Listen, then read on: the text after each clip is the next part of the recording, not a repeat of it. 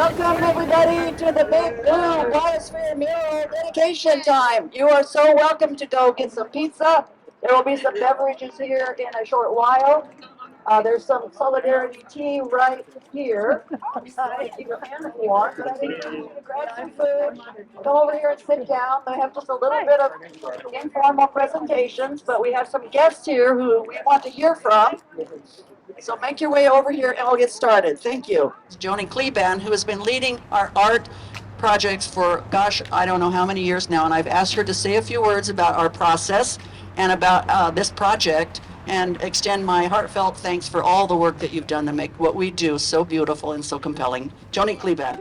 We do art to create change, and this mural is an amazing manifestation of that project.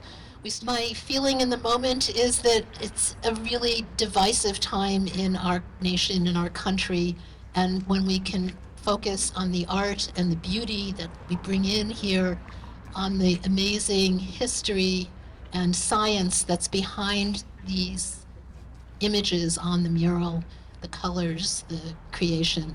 It's just been an incredible evolution. Glad that we're here, and let me give up the mic, which is not my best focus, and have Esteban Camacho Stephenson.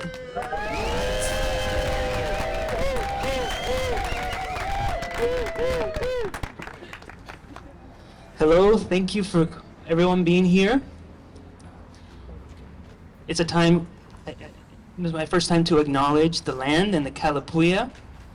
One of the words a friend told me, Tikam, is Biosphere for the Northern Paiute. I also want to acknowledge all the people in Eugene that I have a deep respect for. Your constant work for peace, the earth, climate change, and activism makes this community wonderful. Throughout all my years, especially the cold winters since I was born, since I've been through school, so many people have been working hard to make this home an inspiring place. I am very fortunate to be the artist of this project, to be supported to travel, to explore the world, and to spread my artwork is your greatest gift to me and to the community. When I return to Eugene, I always feel at home, and it is one of the best places to live and to work on earth. Thank you all who have persevered to make this a better place, more progressive, and for celebrating life on earth sustainably. To speak about this mural in 5 minutes is a bit overwhelming. Large art projects like these are built from a long series of stories and experiences. So I'm hopeful to be able to talk to you here today and later anytime as we grow that culture. What excites me most about my role as a muralist is being here, painting on site and making this urban site a niche. And I get to be in harmony with the local neighbors and flora and fauna, whether it's moss and sparrows.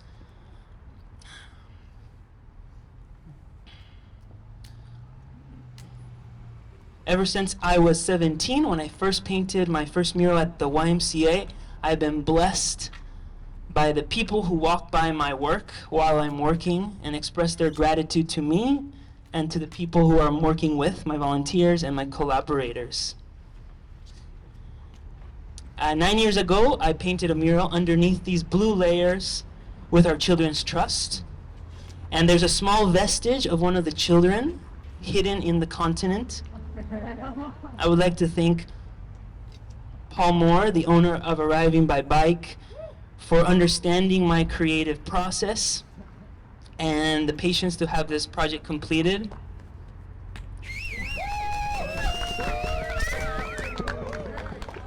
This blue arch is inspiring me now to find other opportunities to create a similar style earth mural, perhaps where you can stand underneath the curvature of the earth and hopefully show another different perspective that would help spark people to see the earth and to care. I think I create art from my affinity with chaos, and it's my interactions with friends that help me find order in my work. Through their remarks and input, I've been able to make this painting the best I can through this collective vision. Its simplicity and objective composition, just this blue arch, allows us to have a common ground, seeing it, experienced by all of us. And perhaps that simplicity can help more people be able to think more deeply about protecting the biosphere. People ask me what I paint. I often say I paint animals, ecosystems, and how society fits within it. The reason the animals here are painted as subtly as possible is because I wanted the earth, the planet, to appear as real as possible and let the people find the animals and also find their own meaning in my work. Now I would like for you to hear from my collaborator and mother, Kara Stephenson. Gracias.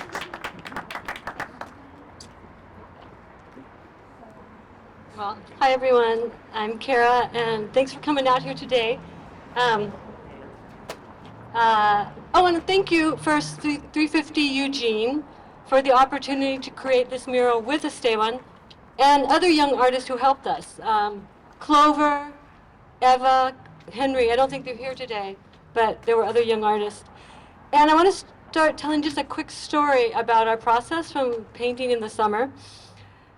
So I don't know about you, but for me, one of the hardest things about living in this country in recent years is the rampant cynicism and like the cynical view that Americans don't care about the big issues like climate change and the suffering of others.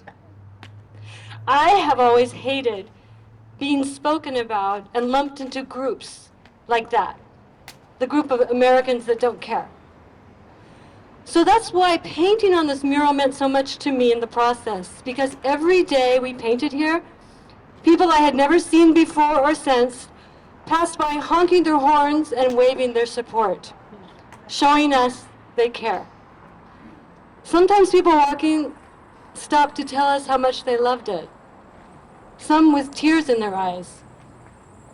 And then there were others who made us laugh when they said things like, "Oh, cool. What is it?" I love that one actually now. It's a good question because there's a lot of going on up here, right? So briefly, just for fun, I'll answer. What is it? So this is a partial view of Earth as seen from space. So we're looking at Alaska and the coastline of Canada, coming all the way down to Oregon, the big blue Pacific Ocean, and the bright band of blue that encircles the edge of the planet. Our atmosphere blending in with the biosphere, protecting us. It's an image of our home, as imagined and seen from far away, an image of where we are right here, right now. We are here in the biosphere with the other life forms that make our lives possible. But what's up with the polar bear and the big cat looking down, the runner, the translations? You may be wondering, what do they all mean? Well, okay, that's the more symbolic part of the mural, and it's probably impossible to explain it in just 2 minutes. So there are descriptions, written descriptions of the images right over there on that whiteboard. But briefly, the images are an effort to engage with the social and the emotional nature of the climate crisis.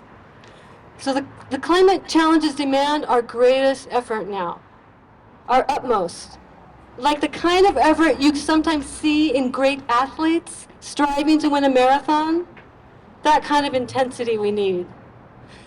The world languages on the mural are a gesture to the fact that we are a global community and we need to work together better with the nations around the world. The eyes of the animal looking down from within the aurora borealis, their eyes, that's an emotional appeal. Perhaps you could say a moral appeal. What about our lives, they ask.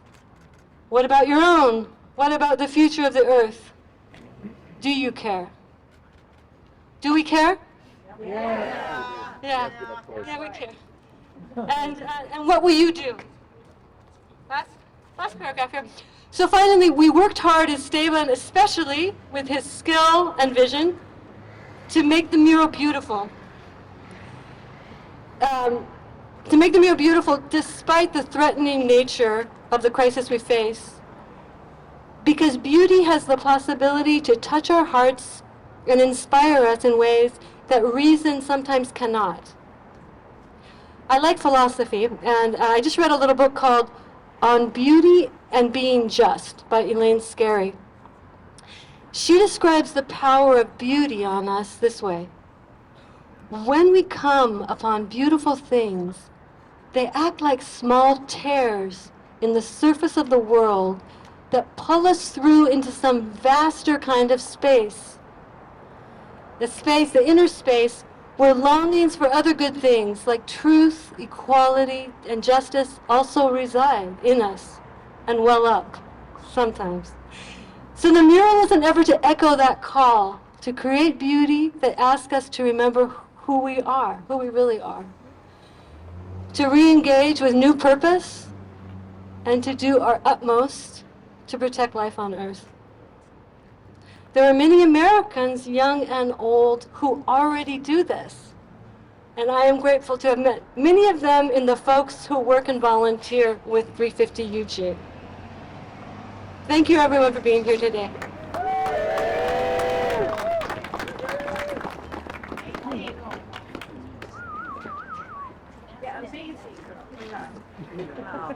It's good to hear from the artists themselves. I mean, that was really amazing. So now we are here in a position where we can do a little Q&A. I didn't prepare any questions, but hello out there. If there are any questions, because we asked them not to go into great detail about all of the elements because they are so numerous and so interesting and engaging. But I want Esteban to definitely, field some questions here. Can I let you do that? Yeah. Okay.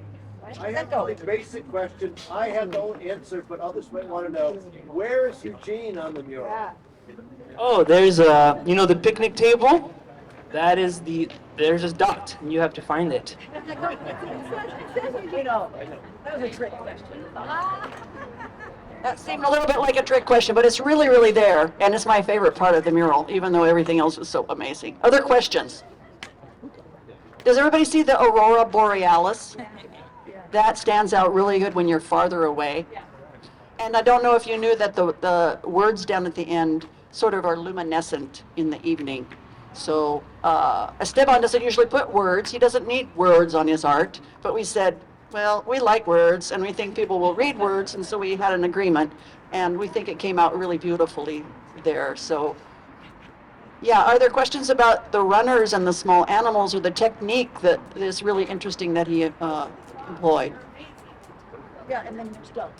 Two lions next to the whale-like figure. What is the whale-like figure? I don't know what. It's the two lions next to I'll speak a bit about the animals. The polar bear is an icon of the Arctic and climate. And so the animal next to the polar bear is a seal, they are intricately dependent on each other. And along those lines, I felt rather than depicting local species of Oregon, I needed to be a little bit more pertinent to the northern hemisphere, and the narwhal is of the northern oceans. But that tusk, that unicorn element, it makes it so mystical. It made me want to, because I had visions of putting so many constellations into this. So the tusk of the narwhal then gets mirrored with the antlers of the deer or the elk, whatever you think it is. And at the end, I put the jaguar as I could not put Costa Rica, where I was born on this earth. It was not suitable. But then I saw that jaguars had a extensive range, almost to almost to the Arctic, and it's looking towards Willamette Street. Is looking towards the south. So.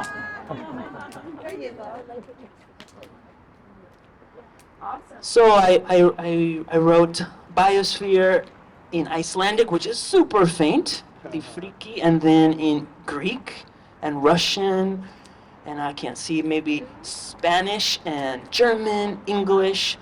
Biologia is Swahili, then both the Hindi and the Arabic come next, and I had people come to me and help me make them more. I had messed up on the Hindu. I had written it phonetically, not the way the meaning of biosphere is written in Hindi. So, yeah, how good to have that input from someone who goes to the gym. And then there's Thai and Korean and both Chinese and Japanese. Yeah, tree. I'm really curious, how much is the whole thing planned out ahead? Like you have a small version, then you do the big version, or does it change? Before I planned the Earth, I was gonna have this massive bicycle tire, and then I went over to the parking lot and I projected my projector, well, with the idea of the Earth. So I had traced the curvature of the Earth, and I knew that I wanted to get that gradient. So I had to use airbrushes, or not spray paint, but various ways of getting smooth gradations. And then, yeah. But it was a fun, technically, I was able to play around with sprayers and lower the pressure on the airbrush to get the paint to just kind of splatter and get the Milky Way effect as much as and try to also keep the piece breathable so that not oversaturated. So did other elements get added later as you kind of thought of it, or just kind of along the way? Yeah.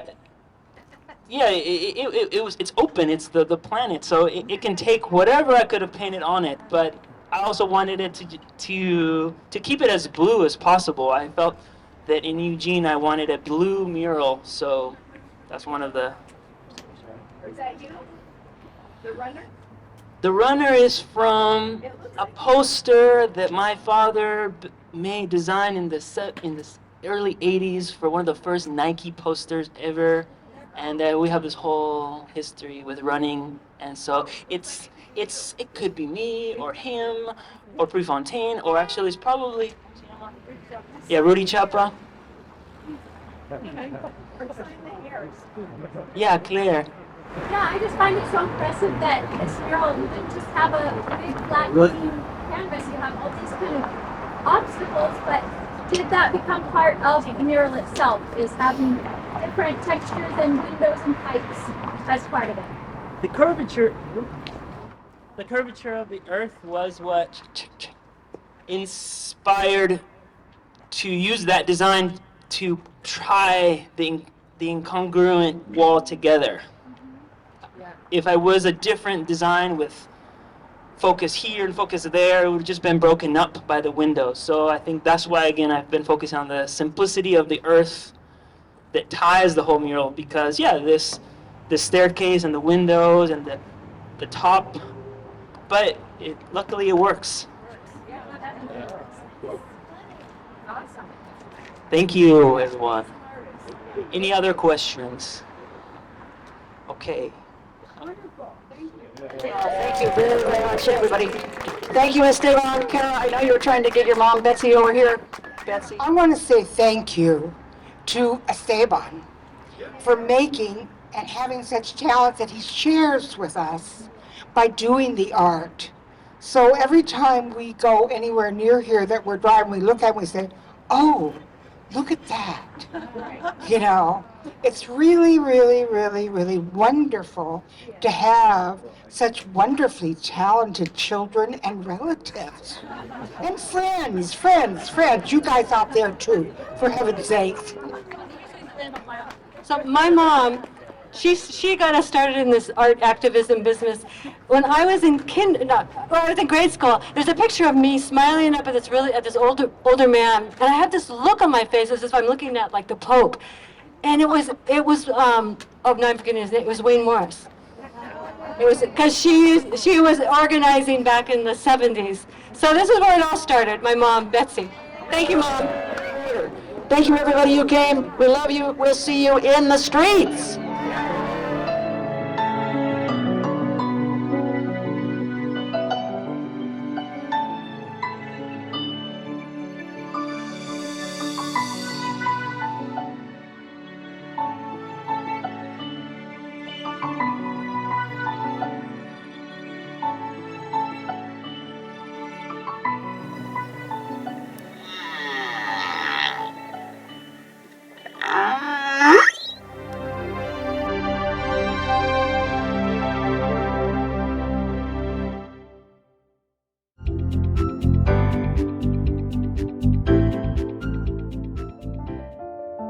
We all care about leaving a habitable planet and a stable climate system for our kids, but we have grave concerns about the ability of our government to meet the challenge of accelerating climate-related disasters and the related devastating social impacts. The mission of the 350 Eugene volunteers is to raise the awareness about this emergency we face.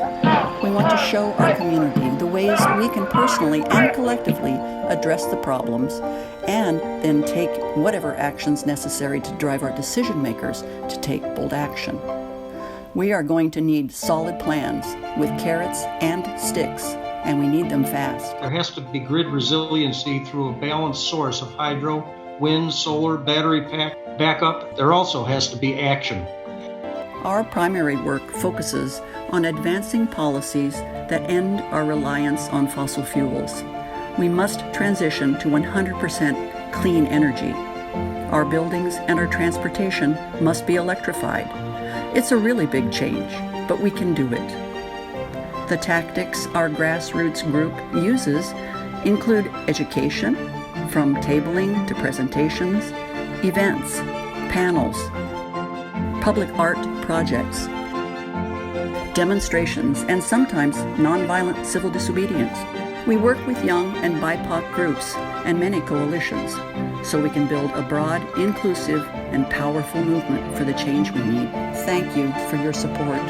We couldn't do it without help from people like you.